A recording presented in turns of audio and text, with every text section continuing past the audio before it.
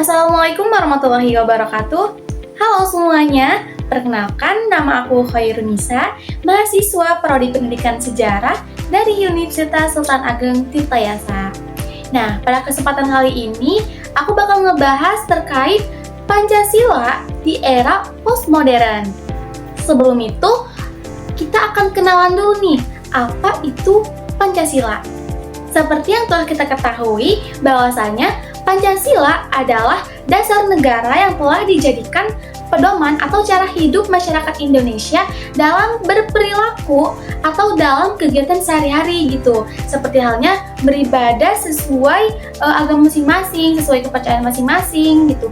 Terus menaati peraturan lalu lintas dan melakukan musyawarah dalam kegiatan kelompok ataupun dalam kegiatan menyelesaikan masalah di lingkungan masyarakat gitu. Tapi pada zaman sekarang, nilai Pancasila sudah mulai luntur nih teman-teman, dikarenakan kebanyakan masyarakat Indonesia pengen bebas. Mereka ini nggak mau terikat dengan suatu aturan yang membuat mereka merasa tertekan.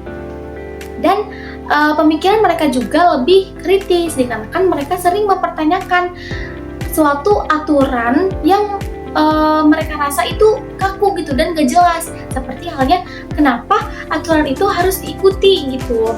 Mereka lebih mempertanyakan sesuatu secara lebih mendalam lagi. Nah, cara berpikir tadi disebut dengan cara berpikir postmodern.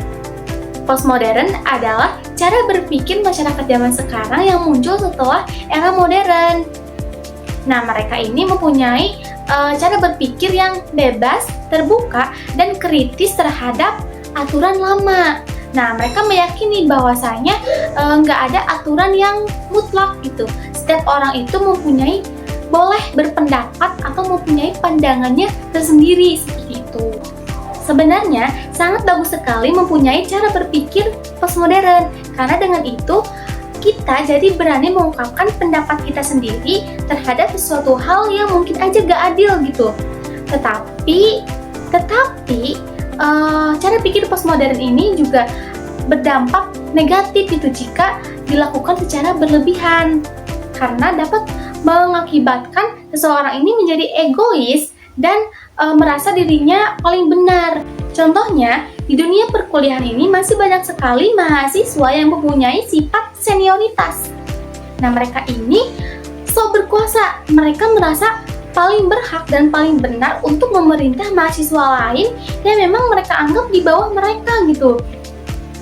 Nah, mahasiswa yang mempunyai sifat senioritas ini seringkali mengkritik mahasiswa baru dengan alasan kurang hormat kepada mereka dan lemah mental gitu. Tapi mereka tidak memberikan contoh dan solusi yang baik selain mempertahankan sistem itu.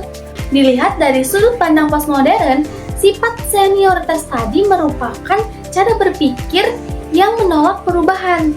Mereka ini pengen mempertahankan kekuasaan dan pendapat mereka karena mereka merasa dirinya paling benar.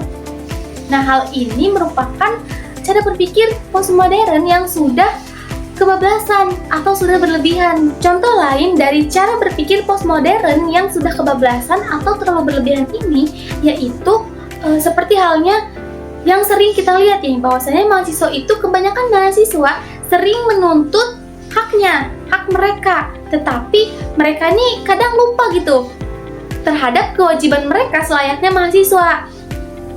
Nah, kewajiban apa? Seperti halnya menghormati dosen, menaati peraturan kampus. Contohnya, salah satu contoh menaati peraturan kampus yaitu dengan membuang sampah kepada tempatnya. Tetapi apa? Tetapi yang sering kita lihat di kampus ini sering sekali, banyak sekali sampah yang memang tercecer gitu. Artinya, mahasiswa di sini melanggar peraturan tadi, menaati tata tertib di kampus gitu. Jadi mereka melanggar kewajiban mereka sebagai mahasiswa.